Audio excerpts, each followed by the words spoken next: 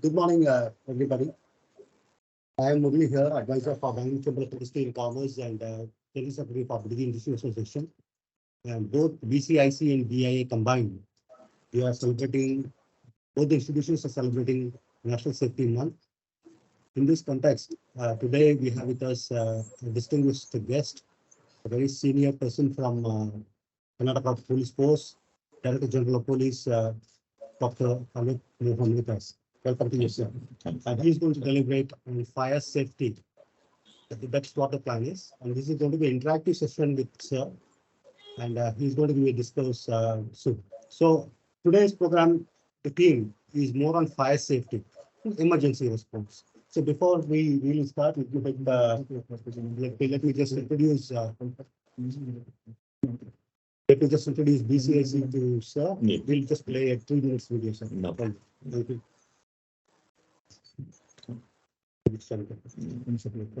Yeah, what about only I am having? It's coming. Is the voice audible to everybody? Yes. Yeah, thank you. Put everybody on.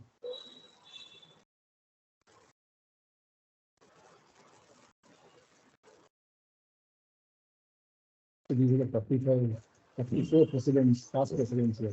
Excellent. Yes, this recognizes belongs to us. So everyone recognizes in this listening for the startup incubation center.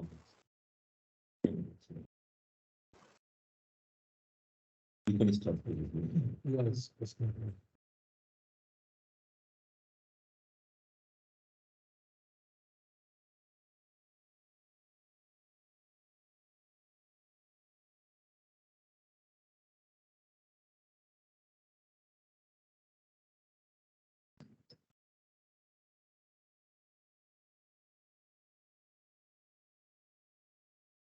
People are all here, and I introduce them. Yes. You also get a sapling. Yeah, so yeah, let us, by the time he finishes, let's welcome everyone. Yes. And the police first. Yes. It's my privilege to have the Karnataka State Fire and Emergency Services team here with us, led by Alok. Then we have Chief Fire Officer, Shri Ravi Prasad. Then we have some Regional Fire Officer in the nation. Yeah, Mr. Payment from the fire station fire office. So along with us, we also have it's a great area, and we also have people from NICE office, and then we also have people from India segments. We also have some India segments. They are all tenants here in this building. Agencies. So we have yes. So the idea here is to basically spread the word across in terms of what is fire safety, not only for our members, but also for the people who are residing in some building. So that is where we said we will get the people from our building as well to understand, given that your presence here. We said, okay, we will do it so that they also get to know what is fire safety in terms of how exactly this building and then whatever areas that they have or other offices they have. They could spread that word across to their offices outside this building office. So that is the idea. So we just got it, we got them also here with participants along with our members who are virtually present. And this welcome you, BCIC, this sapling. Thank you. In many plants. Thank you. And being given by a wealth manager, Yeah. he has to take the responsibility of making it to grow in this. Thanks a lot. We also welcome. Yes. Certainly, yes. Actually, they are very important people who are here from the department. They are the field officers. Right. Actually, you need to know them on a very, close basis. Also, the chief fire officer for Bangalore City for this area, then regional fire officer, and then our local district fire officers. So, I think maybe in future, this during this Ravi, you can also give a lecture here. Various issues that you Interactive. yeah, please. Yeah. Is it available, sir? He was chief engineer of Capital Technologies. Oh, very nice. One of the members. So in terms of this, it's a.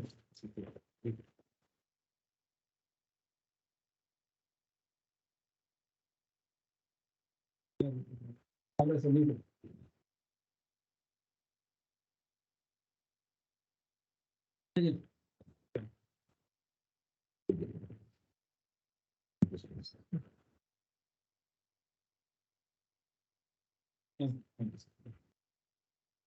All my offices are located at Mayo Hall, new building, New driving station. Nice.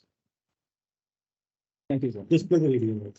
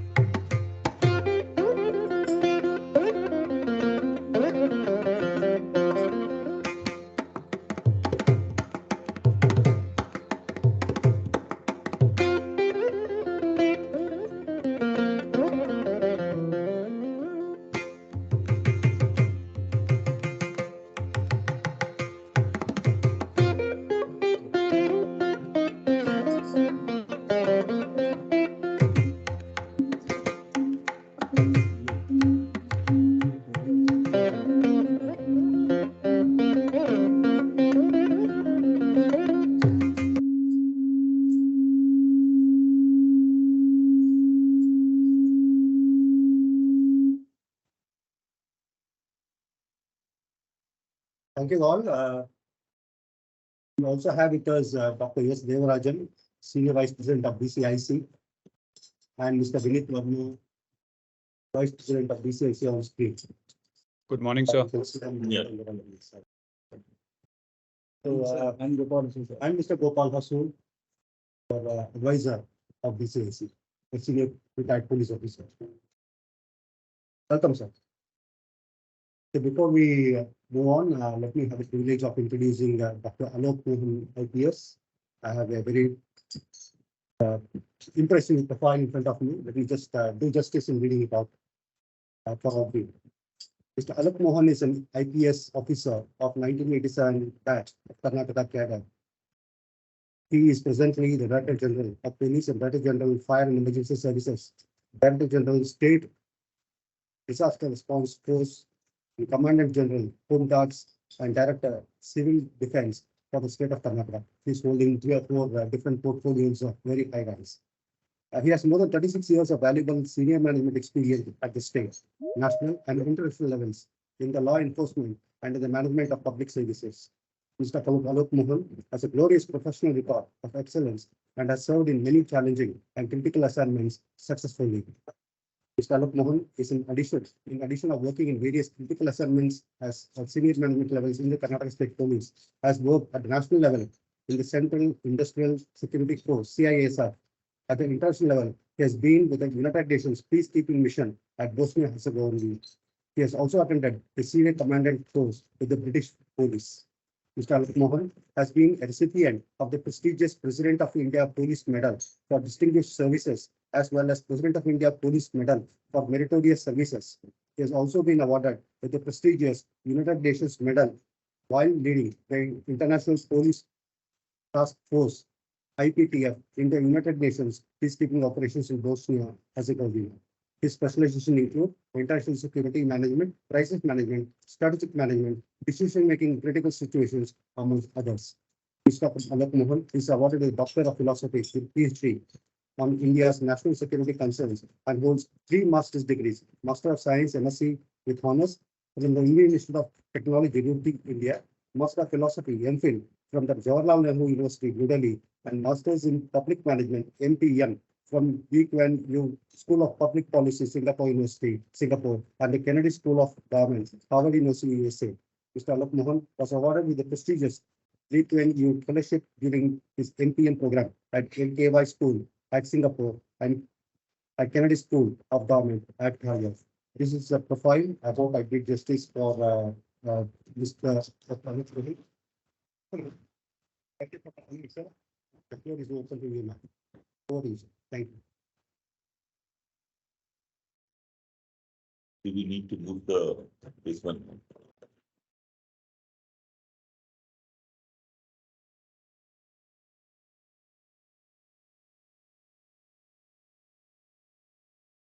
The President of Bangalore Chamber of Industry and Commerce, all the other office bearers, other distinguished members of the association, my fellow colleagues from the Fire Services Department, the Chief Fire Force Officer, Regional Fire Force Officer, and the Divisional Fire Force Officers, and all those who are present online and in the meeting at this place.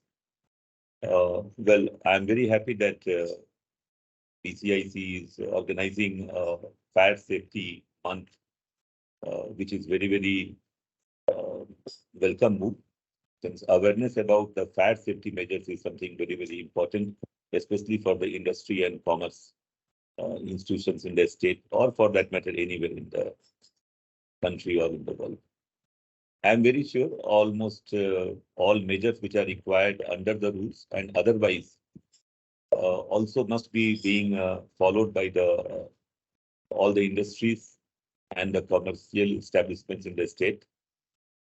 Well, my own exposure to this particular department as head of the fire force and emergency services and disaster management is almost now 2 months old. But I can tell you it's a fascinating area to dwell into. And I'm very sure that all the business houses or the industries which are there in the state, they must be aware of the routes. It is very important to follow the National Building Code. The various provisions which are put by the National Building Code. This has been put after a lot of research from various institutions. But I'm also extremely sad to tell you that I find that there are a lot of perhaps shortcuts being used in this connection. Somebody. My officers have been going on inspections at various places, and I find that there is a tendency on the part of some of the establishments to perhaps cut corners when it comes to the fire safety measures.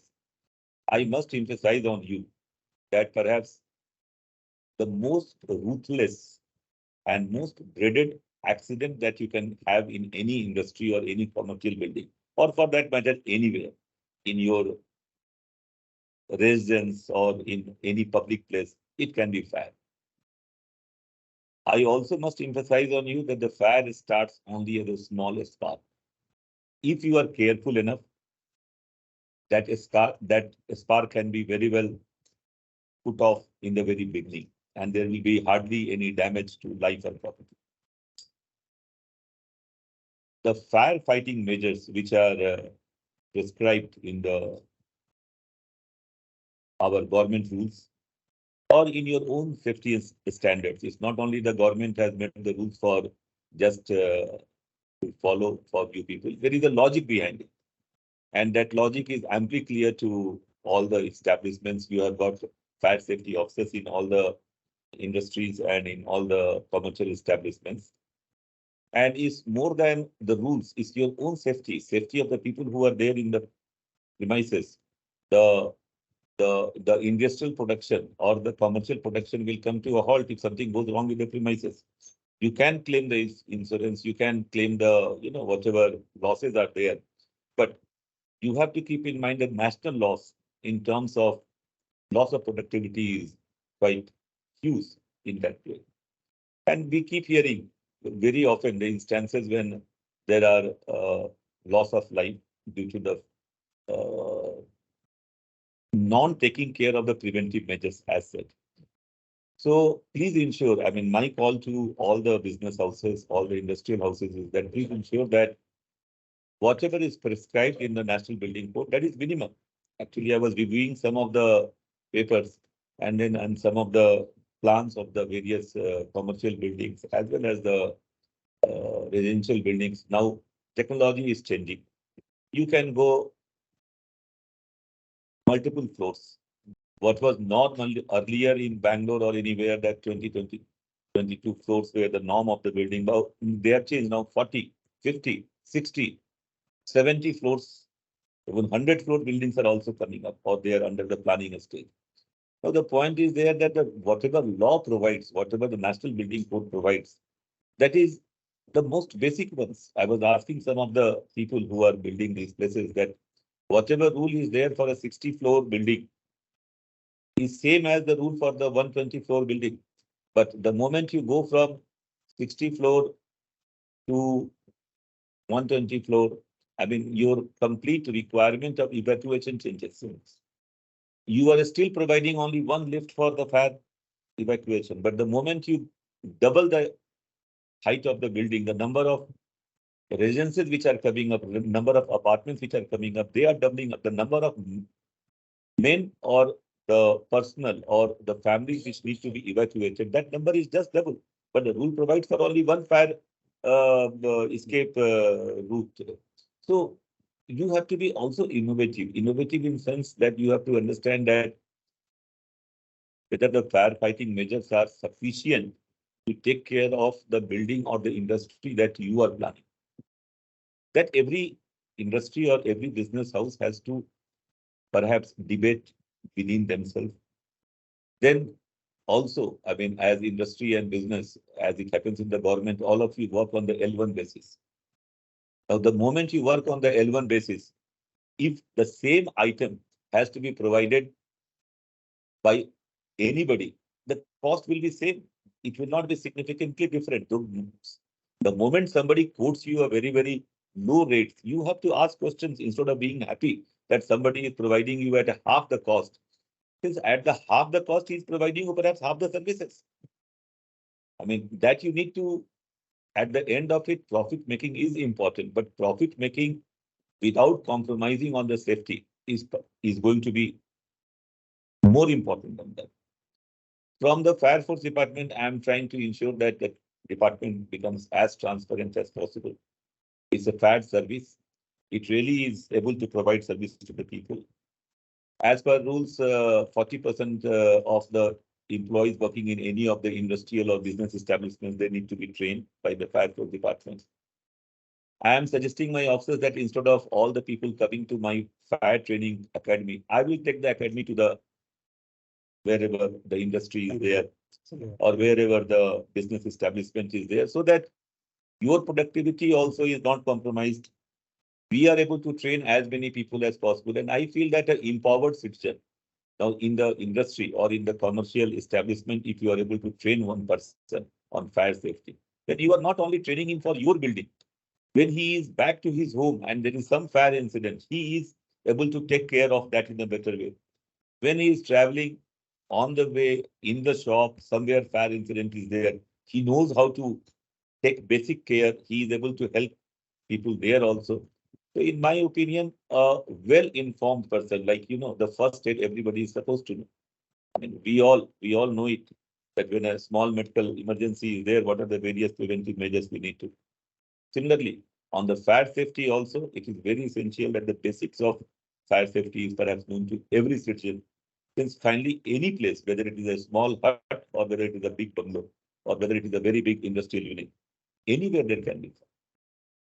And property to whomsoever it belongs is valuable to them. It could be a small house, but then all the items are valuable to the people who are staying in the house. And by taking some small measures, we can perhaps contribute in a big way in fire safety measures. And I'm open to suggestions. Anything, I mean, like Bidadi industrial area people also, they had come. I'm absolutely, I mean, see, whatever government can do for you, I would like to do it for you. Since at the end of it is the partnership between the government agencies and the industries, anybody for that matter. And the government may not have all the resources all the time, but if you have got the will, then with whatever resources we have got, we can create something which may not be the most ideal in the world, but at least it will be workable. So let's go ahead on this path of fire safety measures as much as possible in each and every industry, in each and every commercial establishment. And absolutely, so far as Karnataka Fire Services Department is concerned, we are committed to ensure that whatever are the requirements, whatever suggestions are there, the rules are also made by individuals. And no rule is perfect. Every rule is good for the time when it was made. Now, so far as every rule has to keep pace with the time. The new technology is coming up on the firefighting measures. It's 20 years back, the equipments which were there, they have been upgraded. There are so many new things are there in the market, which are much more efficient, much more durable, easier to handle. So let's keep pace with the time so far as technology is concerned, the firefighting systems.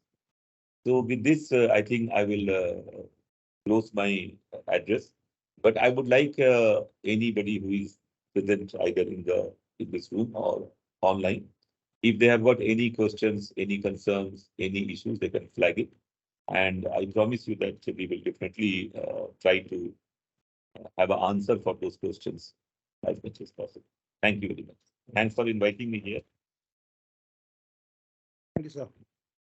Any questions to ask to Mr. Dr. Alok Mohan? Or We can start with some. yeah, please, Sir, introduce yourself. I'm Raghu Brisa, chairperson of the BCIC Publication and Branding and Chief Engineer. So when we speak about the fire safety, any technology is there. Can you just some thoughts on that, how technology can help us, where we learn from you and then we try to. See, it's like this. So far as fire is concerned, now there have been traditional ways of putting out the fire, and perhaps the water was one of the, I think, most prevalent way that by spraying water or by putting water on the fire, you can put it off. Now there are new technologies which have come, like the water mist technology. Now, see, water is also how much water you will be able to have at a place to put off the fire. You can't have an unlimited supply of water. And water otherwise is also extremely, scarce resource nowadays. So now there are fire extinguishers which have got the pressurized water. So when the water will come out, it will come out in the form of a mist. So with less amount of water, you are able to control in a much bigger way. So far as the fire is concerned. Similarly, if you take the foam-based fire extinguishers. Now, foam-based fire extinguishers are again extremely useful since the amount of fire or the fire which has a spread, the efficiency of fire fighting improves with all these technologies. Now, similarly, you have got various types of equipments which are coming up, which has got gases which can totally neutralize the fire. Now, you have got, these suits which are fire retardant suits. Now, my officers, of course, my firemen already there are some suits with them which allows them to get into the fire and rescue them. After coming, I realized that it should not be only few, perhaps every fireman, since whereas I would like that no public gets injured, I would like my fireman also not to get a scratch when he's doing the firefighting, since for him it is a day-to-day activity. If he keeps getting scratches on every fire which he attends, then after few fires, he is not at all in a condition to do any work. So I have been very, very straight to my officers that I need them also to follow 100% all precautions which ensures that they are highly efficient, but they are also safe. So now I'm proposing to government to purchase these fire suits for each of the fire officers. In fact, there are now breathing equipments are available. Since what happens that it's not only the fire which creates the problem, it's the smoke which creates the problem also. Many times now what happens that most of the buildings which are there, they are got highly inflammable material. Now, if you see this room itself, everything which is here in this room, it is combustible. These type of places fire will love, since everything is there which it can burn. And I can also guarantee you the amount of plastic which is there in this room, which includes all our chairs on which we are sitting, the amount of carbon monoxide which will come from here. And there is only one door is there, and we are so many. If something happens and all this room is air conditioned, it will not take more than 5 minutes to have sufficient carbon monoxide to make all of us either dead or sick, either way. So the thing is that you need to have the smoke detectors. Do we have? I don't think in this room we have got. Is there? And then other thing is that whether it is working. Since any equipment is good at the time when it was installed. Now also keep in mind that it's like the helmet. You may be using helmet every day, but still, perhaps it was never used. And you will also pray to God that your helmet doesn't get used. Since to get it used, you need to have a head-on collision with somebody or with somebody. Now, when the fire will come, whether this will work or not, for that you need to have a regular checkup of these guns. And everything with what you will do, the regular checkup, it will cost money. Are you ready to spend money on that? I am very sure when it will come to the expenses, you don't mind putting one additional glamorous light, which makes this place more, look-wise better. But you will mind putting one or two additional fire safety measures. Since fire safety measures, they will not give any glamour to your buildings. You go and see many of these malls and these five-star hotel projects are there. I'm getting them inspected. Everywhere, same situation. Everything is installed. But many of them, they don't work. Why they don't work? Since nobody checks them out. So the awareness, the point is not to find fault. Point is to make you aware that when you are dealing with a human life, you have to maintain the equipment. Whether you have got in-house capability or you need to get a specialist to do that, but that's your job. So, in fact, my chief fire force officer and regional fire force officers, they're very taxed nowadays. Since every day I'm asking them to inspect one place or other, which are public places. And those people are coming to us. I would not name those institutions that they have been inspecting in the last 1 week. They are public institutions where large number of people are there.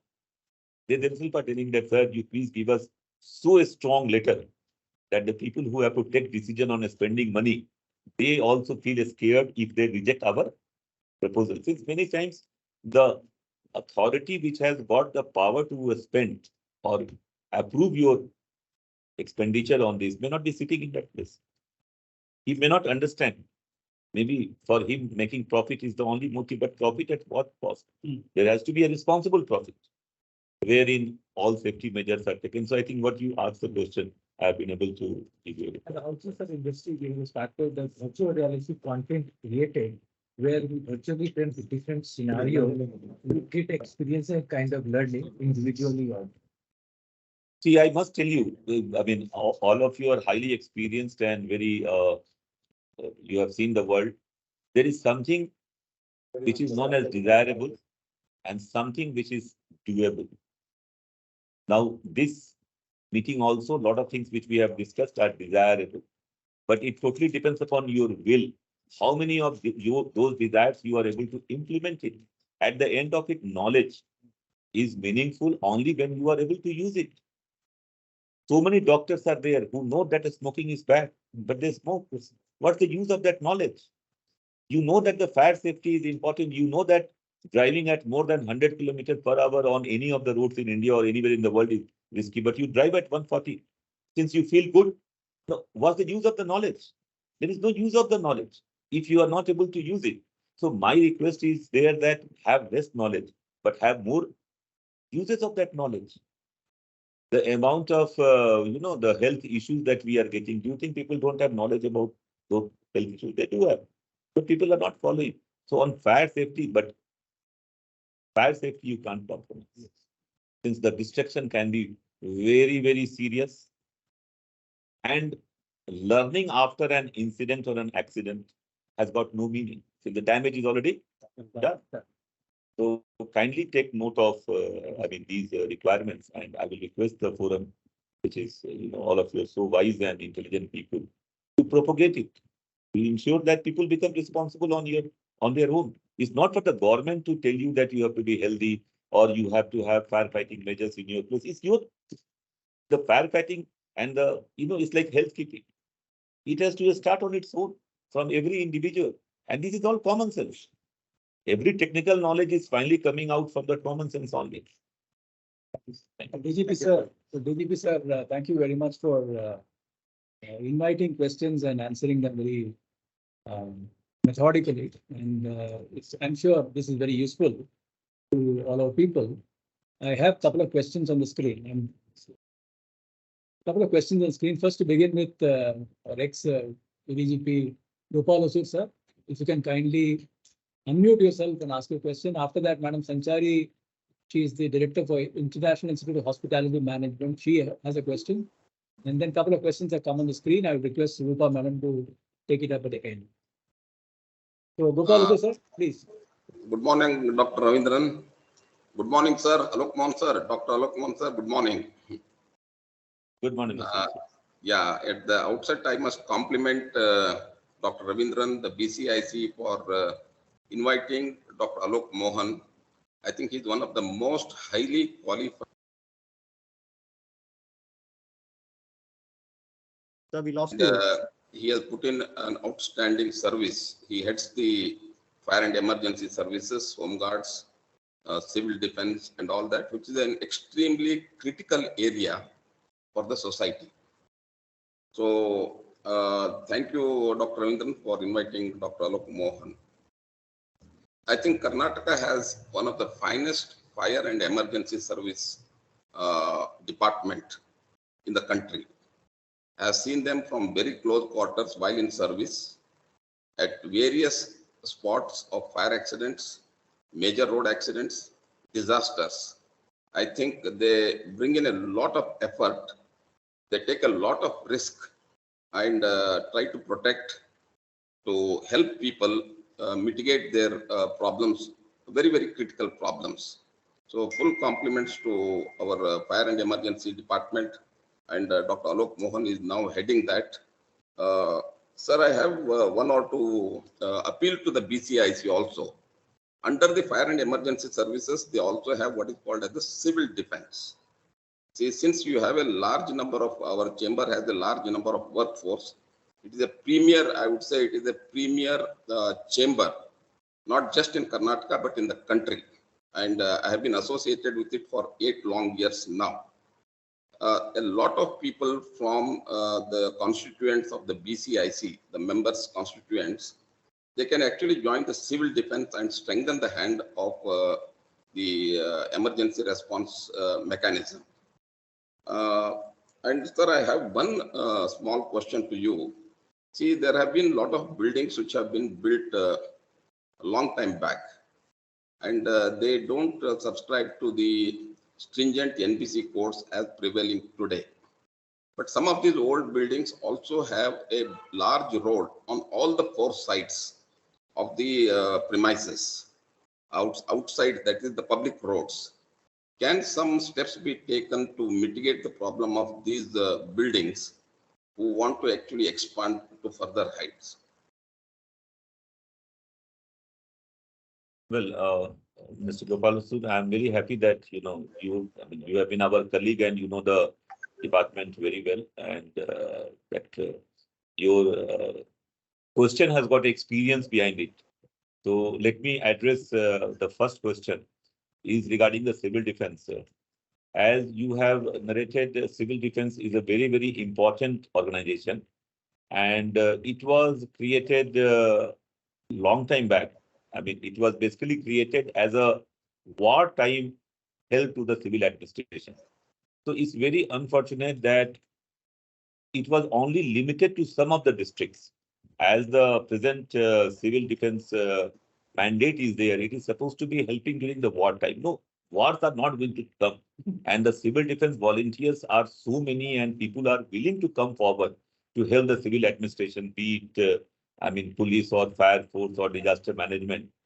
Now, in the beginning, we had only 4 districts where we had the civil defense organization established.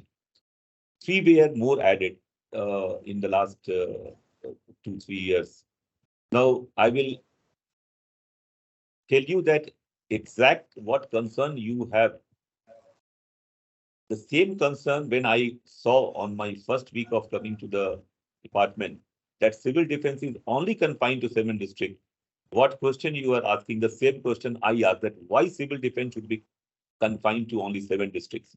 Now you will be happy that I was able to make my department to make the proposal, and we are expanding the role of the civil defense. Already a proposal has been sent to the government, and government at higher levels also has been sensitized that every district will have a civil defense unit. Right. And the mandate of civil defense will be head of the civil administration, SP and DC. They can decide when the civil defense volunteers are required. They should be able to help the civil administration in case of any of the situation like fire, even a big gathering is there, disaster is there. So in all those things, so already the proposal has been sent.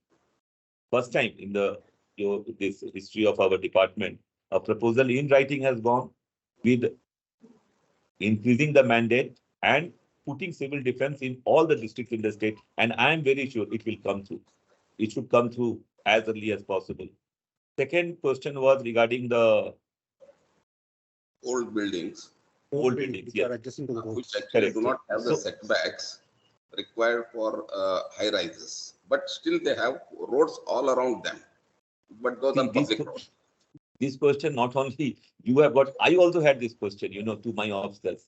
And you can be very sure, since the rules we can't change. I mean, the rules are rules, the way it is framed. Yes, at some day we will change the rules also. But I am already asking my officers that even though the building may not be complying with the exact setbacks, whatever is put in the, actually the only constraint which is there in giving details, I mean, whatever fire regulation conformity to these buildings is the setbacks. But the point remains that if the setbacks are not there, then also firefighting measures must be there in the building. After all, once the building exists, it exists. There are people inside the building. Now, I always believe that between 0 and 100, there is 70% also, 80% also. Let 80% measures be taken. So the whatever the damage is there, it is minimized. So I am also, I mean, like you are putting this question, I am putting these questions to my officers that we need to do that. I mean, we have to find out some way. It may not be exactly as prescribed in the rule, but it can be as close to the rule as possible. So we are on this, Mr. Rasool, and the question that you put, I definitely share your concern on this matter. Thank you. So just an added question to this. So the setback requirement is 6 meters on all sides of the periphery of the building. And 6 meters is not there. Suppose only 4 meters are there. 12 feet for a vehicle, any lorry to go. Is that enough or still we stick on 6 meters? See, I will tell you. Just a very academic question. No, I know it's there. No, it's a very good question. See, if I was not DG Fire Force, I would have also had these questions. So, but then yes, this question I also ask these people that why these numbers are there. Then I will also request all of you, since all of you are in this business of building, whether it is a factory building or a residential building, there is a national building code. The latest one is National Building Code 2016. They are very interesting and very important. In my opinion, everybody as an aware citizen or as an aware businessman or an aware industrialist, please read that. Now, everything has got a logic behind it. Now, what happens that the fire tenders to go around the building and to take it turn around the corners, you have got minimum, you need to have whatever 6 meters prescribed. 6 meters prescribed there. Now, if the vehicle can't go, it can't fight the fire. And then what happens that these buildings are basically big buildings. For the smaller buildings, there are no such norms. Now, when there is a 100-meter high building, 300, I mean, you have to cover it from all the sides. That is why this particular requirement is there. Otherwise, less than the distance, I mean, the width in which my vehicle can go, is something which can create problem tomorrow when the real fire. Thank you, sir. Thank you. Sir, can we take another 4 or 5 more? Yeah, please. No. Madam Sanchari, if you can kindly pose your questions. Very good morning, sir. Very good morning, Ravindran, sir, and all committee members. And a very warm greeting to you, Dr. Mohan. Very nice to see you here, sir. And it was actually a very important session for all of us. And to have you here at the chamber, it's definitely a privilege for all of us, and for which I definitely want to thank Ravindran, sir, and the entire secretariat. Sir, I have a very simple question. I'm an educator, and as an educator, we always try to basically go ahead and educate our students who are in fact going to be tomorrow, people who will be working themselves and who will be becoming leaders themselves, to know about the different nuances of fire safety and all emergency services. Now, most of the times, institutions like us, when we want to have an awareness drive, which in fact happens on a quarterly basis or so, sir, we get the maximum help, or you can say the aid of the vendor management, who are in fact the connect between us and maybe the emergency services or the fire department. My simple question is, sir, if we can actually make these rules a little bit more easy for us to get in touch with the right kind of people who can actually come and take up some drills, because when we ask for fire safety, uniformity, some kind of a training or exchange program or learning, it's very, very limited. And what I've seen abroad is there are major drills which happens and which is being taken up very, very seriously. And everybody, including, the students and staff members and everyone is a part of it. So I think sometimes it does not happen, sir, if we can actually initiate it and if we can know and understand the right people who can actually help up with this, and which sometimes doesn't happen. It doesn't get escalated properly. So that was my only question. Otherwise, I think, sir, you have already answered all our concerns until now. Thanks, madam. Actually, what you are telling is, again, I mean, I share myself this particular point. in when I am not in fire force, when I am DGP for the police, then my concern always has been there that the uh, even crime prevention and the various requirement of law, if it is taught to the, not taught, at least the children are aware of that. And schools are the best places where a group of students are there, teachers are there, environment is there like that. So we have been also in the police force, we have been trying to send the policemen to the schools at times to educate children on various uh, crime prevention measures. Similarly, in the fire force department, I am of firm opinion that an informed citizen, as I was telling you, whether he may be an industrial worker or he may be a big manager in the office. Finally, at the end of it is knowledge which matters. If you are aware of how to fight fire in the office, you can fight fire at the home also. And I feel that children are the best people. I mean, they are going to be the citizen who are going to be running the society in future. So if we empower them at that age, nothing will be more value addition than that. I fully share your concern and your desire on this particular matter, and I am fully committed to that. My fire force department under my leadership, my each and every officer. See, my concern is only good till the last man in the field shares my concern. And I can guarantee you, I believe in communicating with my people. There is nothing like individual doing anything. It's all teamwork. Today also when I was coming here, then I realized that in the morning that if my officers are not there, these talks are meaningful. It will be again a desire. It will be again an academic talk. So I mean, in Bangalore city, we have got two of the chief fire force officers, fire services officers. So the area where this area comes is our chief fire officer is here only. Then we have got the regional fire officer. They are all senior level people who supervise the fire services in Bangalore.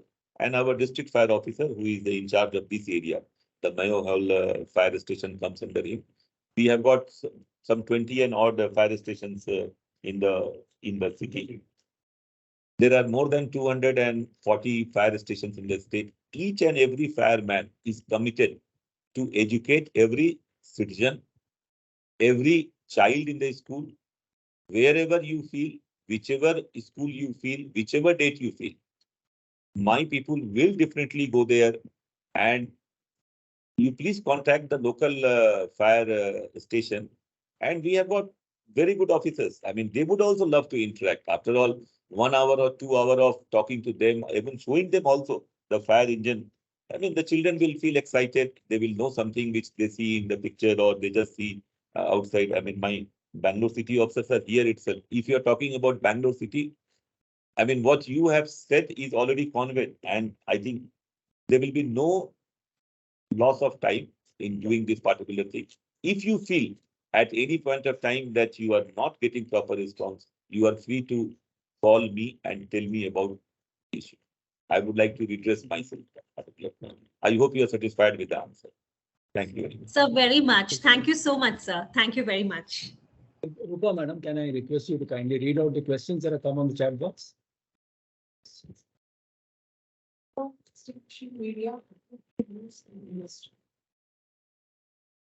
See, the point is that every day a new equipment is coming, a new method is coming to extinguish the fire, and government doesn't get into approving all these things. The point is there that you need to check with the people who are supplying these items. First thing is that whether all the basics which are there, have they been put? If the basics are put and if you find something else is there which attracts your attention or which you feel for a particular industry or for a particular type of space that is required, you are free to do. Since there cannot be a stereotype answer for all the types of industries, since there are varieties of furnaces itself. There are varieties of ways in which your industries work. There are varieties of way you store items in various types of godowns. There are various types of godowns itself. So depending upon the type of the place, please ensure that the required equipments are put, and whether it is one equipment, what you said, that fire ball or any other equipment, you need to be sure whether it is really working or not. You can test that yourself in a mock situation and then you can use that. Thank you very much. Next question, madam. Yes, please. See, so far as taking the required measures to detect the fire is concerned, you are free to do that. See, basically what happens that right now the fire detection method is based upon the heat and the smoke. Since many times camera you can see, but you can't feel. Now, what is important is that if a place is there where the temperature is rising, now suppose in your furnace, furnace room, or any place for that matter. So we have got sensors which detect that there is a rise in temperature and it will give an alarm. So immediately people can come and check why the rise in temperature is there. It could be logically something maybe being done there. Now, second is the smoke. Since before the fire, the smoke generally is there. So we have got smoke detectors. Now, after that, if you have got, now also keep in mind, smoke detectors and temperature detectors. They do not need a man to monitor that. The moment you put the camera, then you need to put somebody to check what is happening in the place. So if you are feeling that after the smoke detector and the temperature detector, you can put cameras and put a control room where you can watch. You are free to do it. You are most welcome. So, nothing prevents you from going above the minimum, whatever is required. Thank you very much. So we have 1,000 members part of BCIC. One common request that most of the members have is in the approvals for the purpose of occupancy certificate has to be obtained before they start their operations. And for that occupancy certificate, fire approval is required. So people are saying that requires to be automated or speeded up so that some level of ease of doing business happens there. So we request you to kindly focus on this aspect. Definitely, we will do that. Already, you must be aware for the for the high rise buildings. Already, we have automated the process. There is no filing system. All the approvals happen on the online itself. Even documents are also required to be submitted to the fire force department online. So that system has been put already. And now I have asked my officers that for the fire advisory for the low-rise buildings also, or which are not covered in high-rise. That is also being now the process is on. The part of the same software, we are adding that portion also. Testing is starting in 1 or 2 stations. So once we test it, we will come with that. I am fully committed personally as well as fire force department as such as the organization to make the system transparent, efficient, and people-friendly. Sir, now I have two questions. Please. One of them is a question, one of them is a suggestion. Question pertains to like the way ambulances are treated to be guided in the streets very quickly enough to reach a hospital. In the event of fire emergency, while the proximity of the fire station could be quite close to the location of the fire risk, how is it that what is the kind of coordination that you may internally have with the traffic commissioner's office that you are guided quickly onto the path to reach as quickly as possible? What is the maximum time, considering the busy traffic that we have in a particular day? How is it that we can circumvent that in Bangalore city at least? See, I must tell you that like the ambulances for hospitals, as they are emergency services, medical emergency. Similarly, fire service also by its very definition is an emergency service. Now there are very few vehicles which can put the sirens on. Sirens are only with the purpose so that the traffic man knows that there is an emergency vehicle going, and they will immediately provide the green signal to the emergency vehicle. So far as treatment of fire vehicles is concerned, it is exactly at par with the ambulance. There is no difference. Now, also for the knowledge of all of you, since this point has come, now Government of India has started in all the states in the country 112, which is supposed to be the unified line for all emergencies. The earlier police had a separate emergency number, fire has got 101, and medical has its own emergency number. So Government of India has started 112. Now, in Karnataka, 112 is also implemented. So you can call 112 and you can get police response. In Karnataka and in all the states, 101 is still operational. 101 is for the fire emergency. So you can dial at 101 also. Now, I mean, see, in addition of being a DG of police and DG of fire service, I'm also a common man like you. So questions that you have got, they are with me also. Now, only thing is that since God has given me and government has given me this opportunity to sit in that chair, so perhaps I can do a lot of things which the questions which I have got, I get the answers also met by my people. Already, I have discussed with the police department and we are integrating the 112 and 101. Already the studies are going on. The discussions are going with our actually BSNL to ensure that both 101 and 112 will work.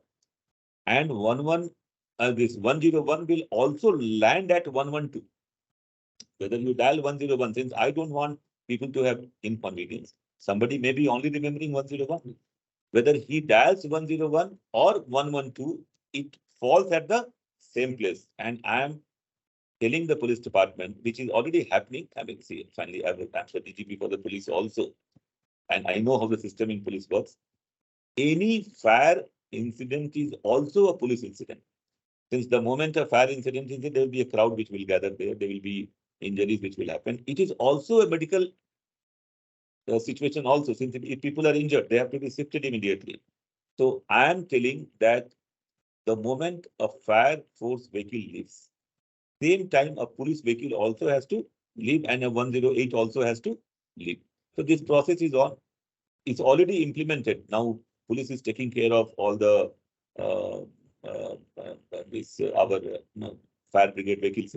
But all over state, we are trying that the moment a fire incident is there, a fire vehicle leaves, a police vehicle leaves, and a 108 ambulance takes the place. So this is already on this particular plan. Thank you, sir. The last one is, whilst Bangalore is seismologically better placed compared to the rest of the cities in India, not forbid if situations like an earthquake happens.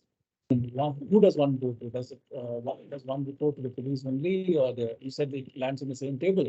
But beyond that, is it necessary for one to take up the remedial help of the National Disaster Response Force or fire service alone will do? See, in government systems work together. I mean, when an earthquake will happen, number one, you will not be able to go to anybody. Since your mobile towers will also fall down, your lines will also get disrupted. First thing is that you have to go to your own common sense to ensure that how you save yourself and to save your near and dear ones. Yes. When it comes to the taking the measures at a macro level, police, fire force, disaster management, then your civil defense, all these people, see, at the end of it, we are citizens also, we are volunteers also, we are government servants also, we are a businessman also. I mean, we play large number of roles together. So in such type of emergencies, the larger roles will come out. You will be perhaps not only saving yourself, you will be saving your neighbor also. If somebody is injured, you will be taking out a bed sheet and putting the person and looking for the nearest ambulance where you can take him. So when emergencies of like in Turkey, what happened? See, government is committed. We are all there to ensure that the emergency is dealt in the best possible manner. But you have to understand that fire force in Karnataka, in Bangalore city, we may have about 1,000 fire force persons. What is the population of Bangalore city? 1.4 crore.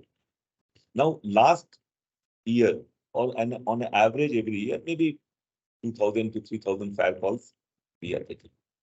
Well, system is designed to meet that type of response. Government also keeps opening fire stations depending upon the requirement. Now, if 1,000 or 2,000 or 3,000 fire calls are there, every day there will be some 100 calls. My people are committed to attend to all that. But if one day there is 1 lakh fire incidents, I mean, when something like that disastrous will happen, then how many households will be there in Bangalore? If we have got 1.4 crore population, not less than, I think, 25 lakh house. If every house is in fire, the system will try, but every person will become a volunteer at that time. Yes. So in my opinion, and human kinds are very, we are very, humans are extremely innovative in their approach. Depending upon situation, they will be able to manage that. Systems also finally, we are all together. I mean, at the end of it, I mean, from your family, one person is a policeman, one person is a fireman, you are a businessman, somebody is in politics. One fellow is also a criminal also. I mean, finally the criminals don't come from heaven, or hell. They come from some family only. So the point is that at the end of it, combined together, the might of the society is immense. So the society will take care of that, and as government institutions, we are well aware of our responsibilities. We will definitely rise to that. At this moment, I must place my gratitude to the Karnataka State Police Commissioner, DGP sir, everyone else. When the most severe floods happened about less than 6 months back, I was alerted by one of our members, and he called me at about 10:45 in the night, saying that his house is getting submerged, and he was living in a colony somewhere in Whitefield, and there were about 60 odd villas, and they had moved up from the ground floor to the first floor. Water level is rising, and there is no way he could escape. So he said, "Save me." This is the word he used, and his photograph is here. I don't want to name that. So I had little time. So within the next, and as the president of the chamber, you do something. It was a great opportunity to save somebody, and beyond that, a human mankind comes into being. So I immediately called the police commissioner without knowing whether he would take my call. It was raining heavily for 4 days, 6 days, as the way it was late night. Power shut down in my own area, and I didn't. The call didn't get taken. Possibly he was busy. 10:45 in the night, but the police commissioner called me back in 15 minutes without knowing who I was, and I said, "This is the matter and what it is," and I wanted his help. Then he said, "Call 112. I will also inform, and I will also inform the BBMP and the NDRF or someone else." And you won't believe, 11:20 is the time when I received the call. By 12:10, I received, this gentleman had switched off the phone to save his battery so that he can, somehow save and communicate the rest of the world as and when required. So I was not able to reach him. But at 12:15, I got a message from him saying that the boats have arrived. Boats. And people were actually evacuated. And next day morning, there was no noise till then. Between 12:15 and 7, I was only praying that everybody's life was saved. 7:30 in the morning, I got a prompt message saying that 140 odd people were evacuated. 6 dogs, 2 sheep and 1 cow or something. All of that got evacuated. So this is the extent to which we can receive the public service from all notable people, police commissioner included, to DGP, to everybody else. So we must applaud them for some of these great I things think, that they do. President, you That called goes me when I was unrecognized. in. Yes, sir, you were there. You were the one who called me I from was in Tripura. Guwahati. You called me in the Yes. night. I Yes. still remember that. Yes. Yes. So Gopal also sir was actually, he was also awake. I disturbed him. I said, "I'm not able to reach the police commissioner." Said that you also call, I will also inform him. So thanks to you too, sir. Without you, we couldn't have proceeded. But you've always been a great supporter for us. So thank you. So first most important thing is public service comes at a severe cost. More than anything else, the press and others reprimand them for all minor issues. Many of the major matters goes unnoticed, and there is no one to pat anyone. So under with these words, I would like to thank the police department, fire services department, and everyone else. Sir, I have 2 or 3 small requests. One is, as Gopal also sir said, the civil defense, if it is possible for our people, we also we got into kind of a drilling or a training or something of that kind. We'll be grateful, and we'll organize this as part of the CSR committee's work. No problem. This, Yeah. let me keep addressing the Yes. advice. You are free whenever you want. You make the list of the people, tell the venue, or you can, Home Guards has got a very big campus also. So the list of people, the date when you want, I mean, around that, it will be organized. That is absolutely. Now it rests with you when you come back to us with the list of the names and the date. Second point is DGP sir said that 40% of the people need to be trained mandatorily in industrial establishments. So he said that he will take the training academy to the doorstep itself. We welcome that. And I would request him immediately to ensure that this communication is passed on to all the members, number one. And last but not the least is that, sir, we keep publishing what we call as e-synergy. Synergy is the name of the magazine, and it comes once a fortnight. So what we would like to do, sir, is that it reaches close to about 5,000 odd people, both printed and electronic media. So what I would request you is that, sir, if you could kindly, through your office, take the help of Mr. Ravindra Saab, who in turn will seek some answers to some basic questions. So if that can be published and it goes out to all people, it's a project dissemination process. We'd be very happy to talk about fire services and everything else, and also the emergency response systems and all of that. And whatever is mandated, whatever is, yes, sir, including the NBC code 2016, I think that should be one of them that should be brought in. Last but not actually, it will be a very good idea if NBC code 16, the silent points which are there on the industrial safety and on the safety of the business establishments. If you can incorporate that to 3 pages, I mean, like a summary, people will become aware of that. In my opinion, most of the people are well-meaning. They do not know, so they are not able to put in place. So if you are able to put the facts, at least 50% people will be able to implement that on their own. As our work, you can kindly, so if it is possible for you to laminate that and place it anywhere here inside our own building to begin with, I think that would be a good start. Very good. Yeah, no. In fact, why only this building? You can, I mean, you can make those posters and that can be put into all the industries which are there. So Madam is the person who runs the society Very for good. this building, and it has how many offices, Madam? Close to about 35 offices. Yeah, so okay. So we would, we from BCIC would ensure that it's laminated and given, ensure that it's distributed, every day on the distribute ಮಾಡಿ ಅವ್ರನ್ನ ಒಂದು public ಜಾಗದಲ್ಲಿ display ಮಾಡಬೇಕು ಅಂತ ಹೇಳಿ ಅದೇ ಅಷ್ಟೇ. Whether this poster and this some 2 pages silent points only, not everything, and little in a simple language. If we can prepare that, they can, and They will circulate to all of Karnataka. Yeah, that's a very good pleasure. Yeah. Yeah, I'll mark this. And sir, the last request that we have, too many requests. No, it's fine. I mean, absolutely.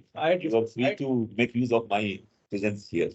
This is, sir, we are requesting you to be a guest of honor at the BCIC Emerging Startup Awards. It's called Mama Startup Awards, happening on Saturday, March 18th at 5:30 p.m. And Mr. Jairaj, sir, I already informed him. I'll also pass on the regards. He's the chairman of this committee, so he's also coming. So Capitol Hotel is the place where it is happening. If you can kindly be there. I will just check my engagement. I will be too happy to. We would like you to give away the award, at least few of them. No. 5:30 to about 8:30, you know. So it will be there for at least half an hour. Sir, I will definitely try. Manoj. One advice which I would like to give in the end is that we always look for what others can do. If we just look into what we can do ourselves, the world will be different. Let us do our work like an industry, what we need to be doing. If you do that and then expect government to supplement your effort. But problem is that we only want others to do something for our own role, we forget. So if we can just, take care of that, at least 50% we will be better than where we are. Thank you. So just one second, please. So with these words, I would like to thank Dr. Alok, Mohan, IPS, Director General of Police for having addressed us. And as a token of appreciation, we have a memento which has been presented by both the Bangalore Chamber of Industry and Commerce and Bidadi Industries Association on behalf of all the office bearers of both their committees. And it says presented Dr. Alok, Mohan, IPS, Director General of Police, and Director General Karnataka State Fire and Emergency Service Department, Karnataka, for addressing members at BCIC BIA joint session on fire safety coinciding with National Safety Month 2023, March 13, 2023.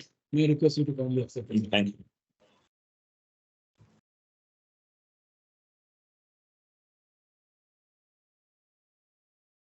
Thank you, Gopal sir. Thank you, Mr. Vineet Verma and Dr. Devarajan and Sanchari. Members, please stay online. After a couple of minutes, we start the session again. Thank you very much. Thank you. Thank you.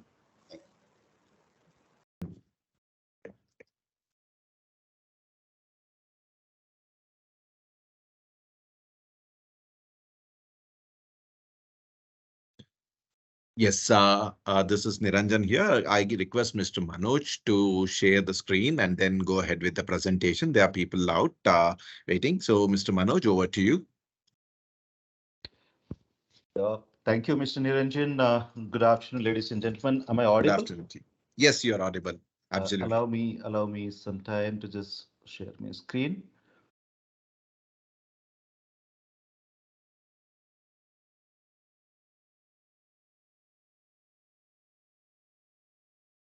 So, is it visible? Yes, it is. It is. Yes. Great. I think it was a quite captivating session by Dr. Alok Mohan, and definitely it's a privilege for me to talk on this forum. Thanks to the BCCI committee, Mr. Vineet Burma, my managing director, Mr. Murli, who had been interacting with me for past 2 days, and the participant in general. So I think he has almost touched upon all aspects of fire safety. I will rather focus largely into the emergency response. But going by this presentation, I just would like to say I am Manoj. I work with WTC Trades and Project, and my association had been with Brigade since last 7 years. Three days down the line, probably I will complete 7 years. And by qualification, I'm an engineer. By profession, I'm a facilitator. So the agenda point, what I think I will quickly cover up is about fire safety, about the industry practices, about a little bit of reflection, a case study, what has happened before, and the emergency response. And pardon me, I have just tweaked this agenda point just to create a theme of fire, but I might not follow the sequence. I probably start with fire safety, go to emergency response, talk a little about industry practices, and close it with a case study. These are some known facts. This is the fire. As you all know, it is the oldest technology invented by the man.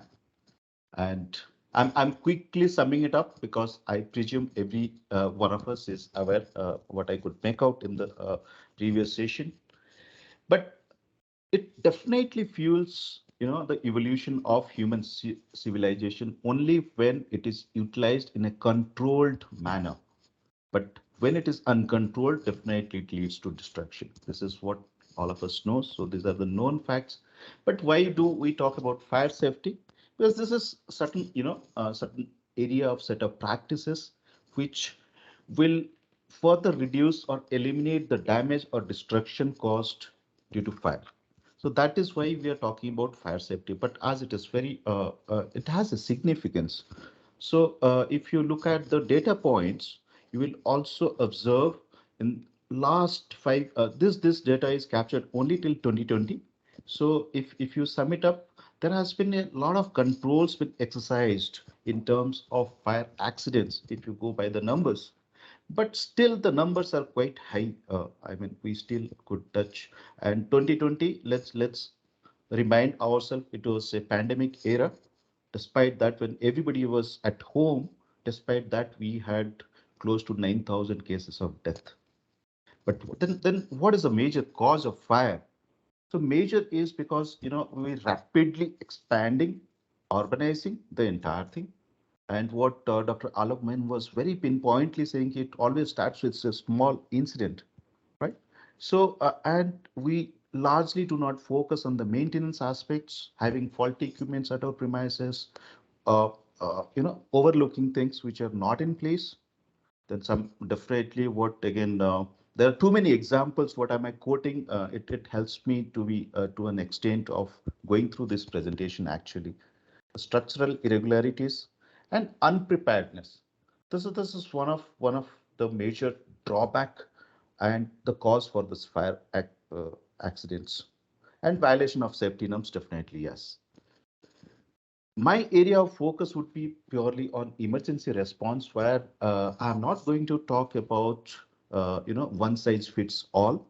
However, we will touch upon the framework which comprises of your fundamental governance, organization structure, competencies in terms of both men and the equipment, and what could be a strategy. I mean, what is required, who and when to do it, how it is to be done. That I will just touch up. Okay. And again, when we talk about emergency, two situations might not be similar, but the process, the framework involves more or less is similar. So that is why, though we are today talking about fire, it definitely extends beyond the domain of fire. So let's understand when actually we talk about emergency, how there are stages wherein an incident leads to emergency. So if you see, this happens when as we are talking about fire, I'm focusing largely on the fire safety.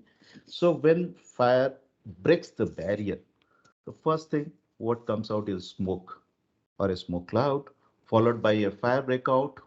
Then there are explosions, then death, then injury, then followed by death, then the property damage, environmental impact, and the toxic release. So these are the sequence of events that goes through when we come to an emergency situation. So uh, so does that mean can we take some steps which will ensure that there are no accidents ever in future? That is a wish. But going by the history, if you really look at, right, accidents can happen, do happen, and will happen. But the only thing what we can do at this state is we can prevent it to a larger extent. But the question comes how? How do we prevent it? So there are multiple tools being used by the industry experts to minimize and reduce the number of accidents they face in their work life or in their industry domain.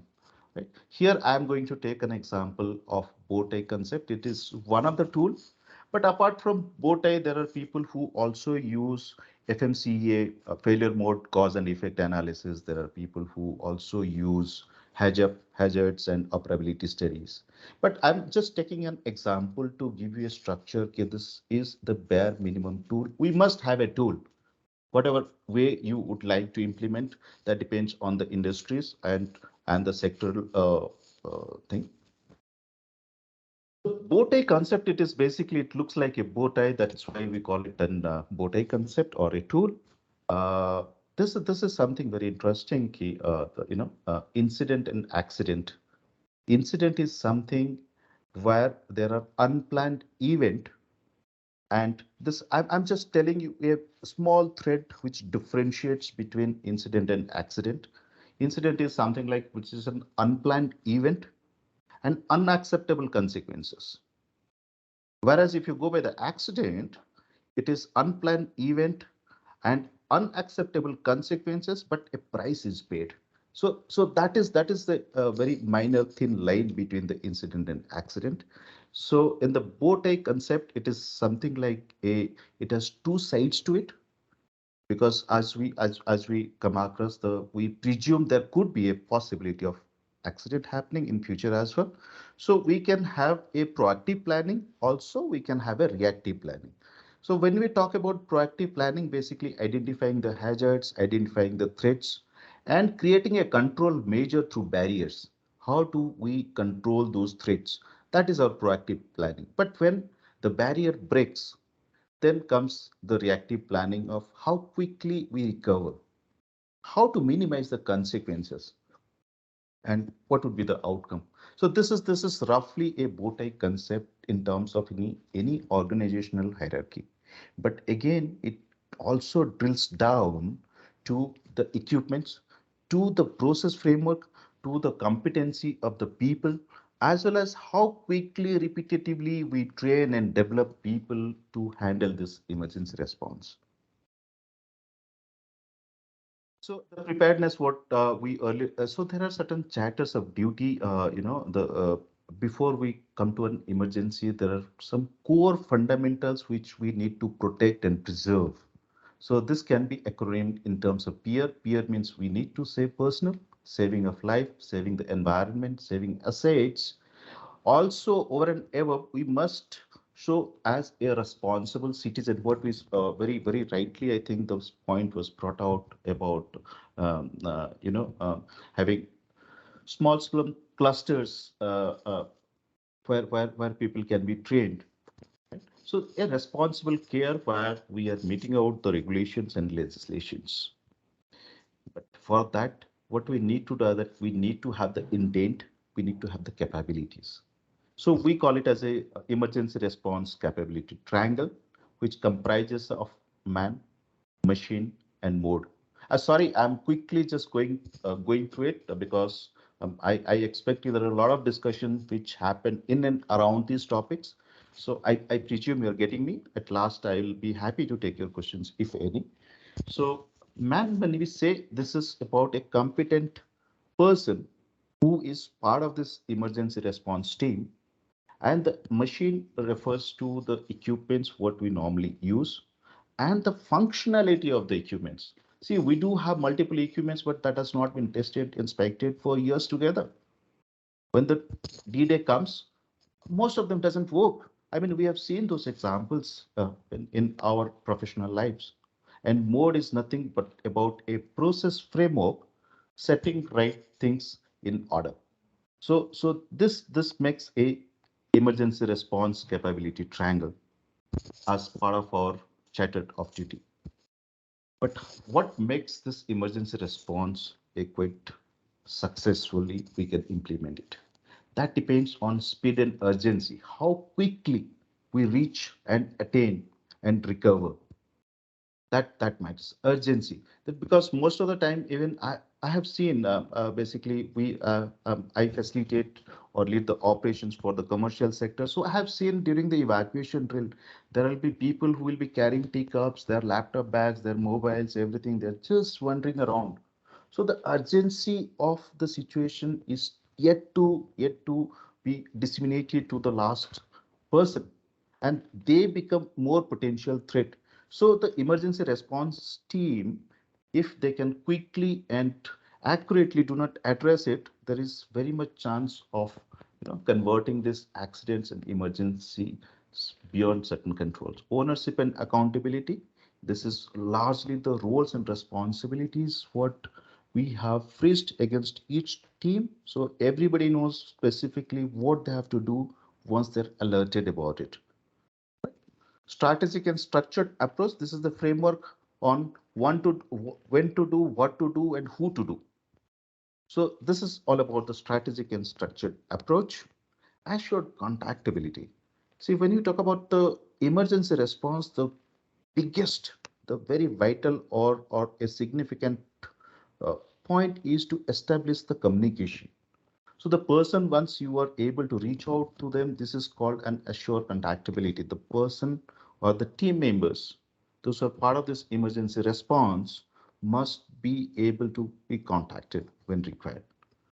Training and competency, we spoke about. Comprehensive mitigation. This is one vital thing. If we are going to do a firefighting, it does not mean the threat lies only with fire safety. That means we should be able to be prepared to take up any eventuality that comes while handling this emergency response. So this goes beyond a specific task you are doing. So that is the kind of that is what I mean by the comprehensive mitigation. And these are the 6 points which will decide how successful we are in handling emergencies. So this is a structure. I'm just, pardon me, I'm going a little fast so that you are not getting bored in the process. The accident management, where this is about the place of occurrence. This is normally happens in the workstation, so this should be managed by the ERT team. Then if once that goes beyond their control, then the emergency management of the site comes into play. And emergency management is largely driven by the emergency response manager, or we call it as a ERT manager or safety manager. Whatever the designation or nomenclature you have decided for your organization, it is okay. But that talks about little larger in nature or a broader in nature at a site level. But when you talk about the emergency coordination, that is where the leadership team gets involved. That means that is something gone absolutely beyond control. A lot of decisions are to be made, and this attracts the attention of the leadership team of any organization or industry. That is how the structure is basically defined. And in terms of process, this is simply an extension of what I just spoke about, right? Accident and incidents, it leads to the site response team, which is a local team, then goes to the emergency response manager, then go to the ECT team. ECT team is vital because it has to look up and take certain decisions internally to prevent the outbreak, as well as do a external liaison with the press, with the authorities, with the the emergency services, what we spoke about. So that is how the process flow has to be there for any organization and to establish this well.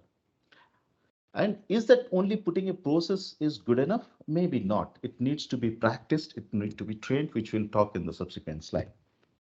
This is only one thing, a food for thought probably, because we have seen the what Mr. Ravindran was putting out very fairly is that in case there was any fire incident or fire outbreak, how can we help the fire tenders to reach that site quickly as possible?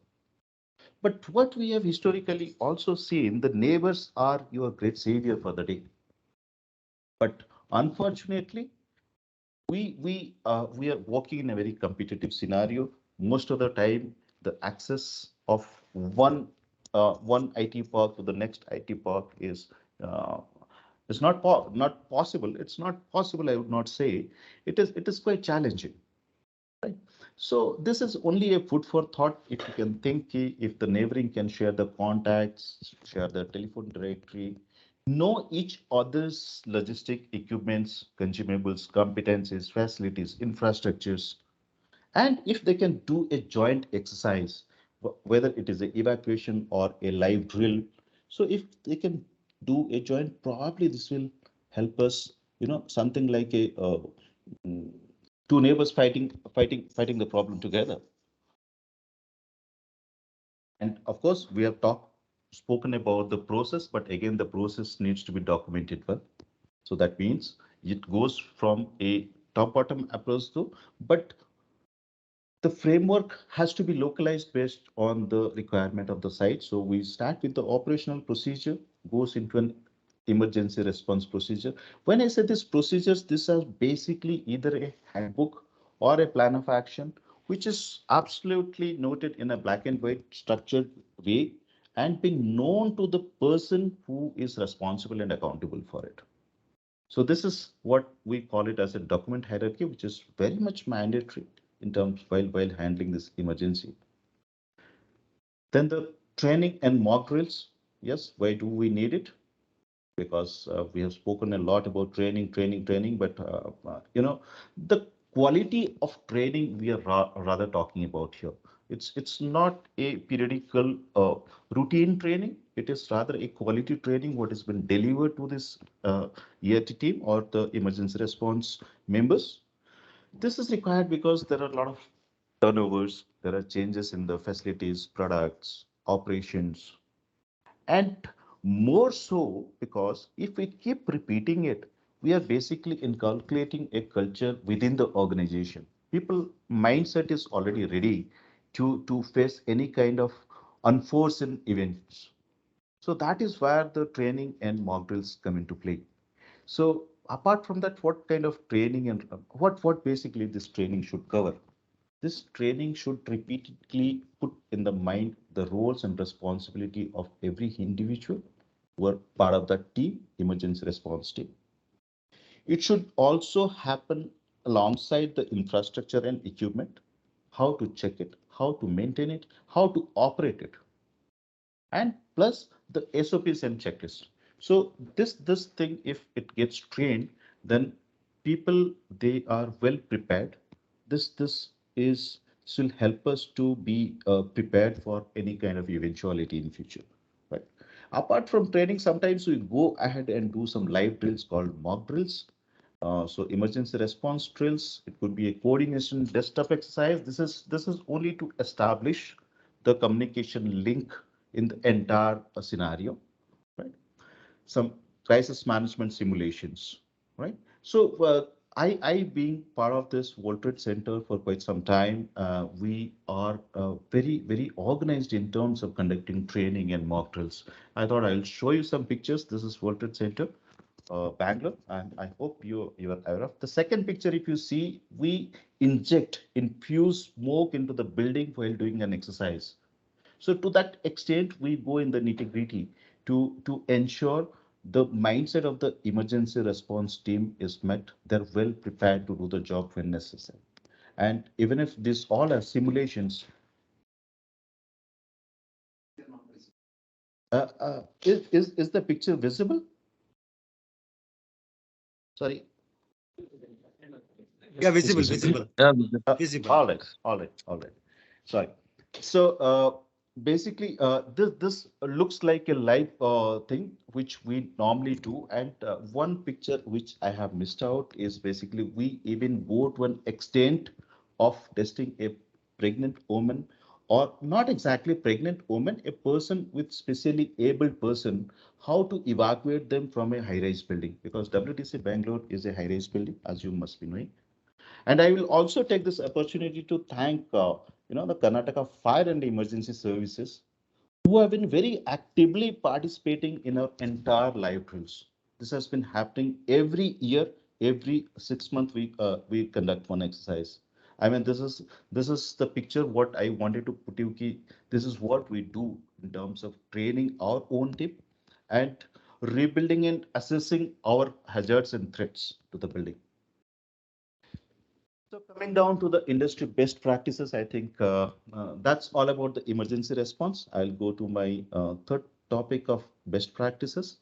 I think we have spoken enough about the regulations and legislations, acceptance of fire codes and standards as per NBC 2016, Part 4, NAPA, IA standards, leveraging technology to eliminate human error. I think there was a question, can we utilize the inbuilt cameras but if you already have an inbuilt camera, which we did it, this gives you a little bit of comfort and avoid human errors.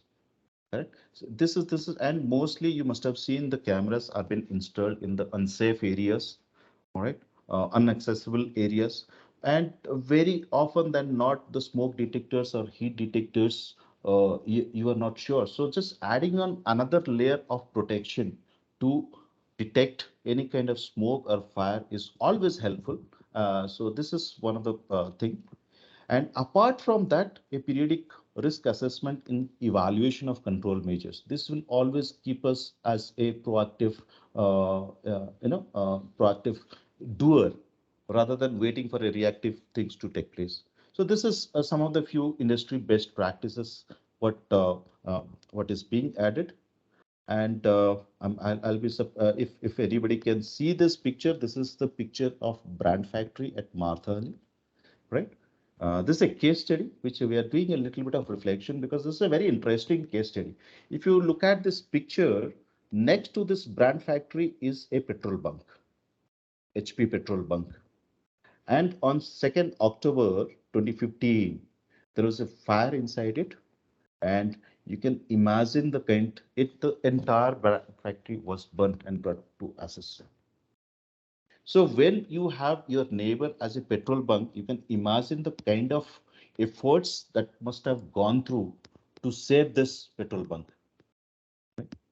Uh, the cause of fire, it is suspected the electrical short circuit. Just see the number of firefighters engaged, and half of them were engaged only for boundary cooling, because they have to protect the petrol bunk, which is next door. And 23 fire tenders were involved, including ALP. Right? And they fought for 9 hours together. It was at morning 3:30. It went on till I think 5 o'clock. So that is all about this presentation. I hope I just touched upon to this what the emergency response would be. And thank you so much. That's all from my end. And any questions, I'm happy to take it up.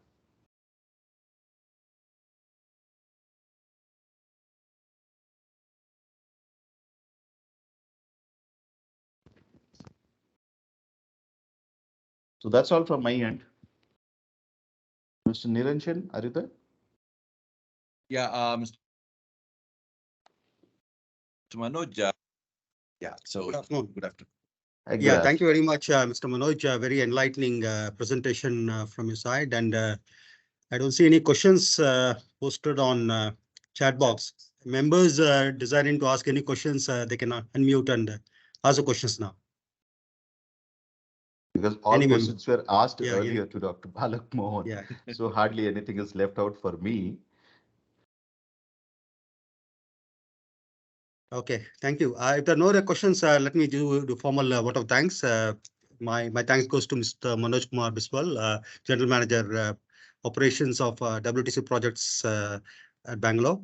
Thank you very much. And you did give a very detailed presentation, starting from what is fire safety, emergency response, VOTEC concept, and emergency response charter, and mock drills, and sharing some of the best industry practices.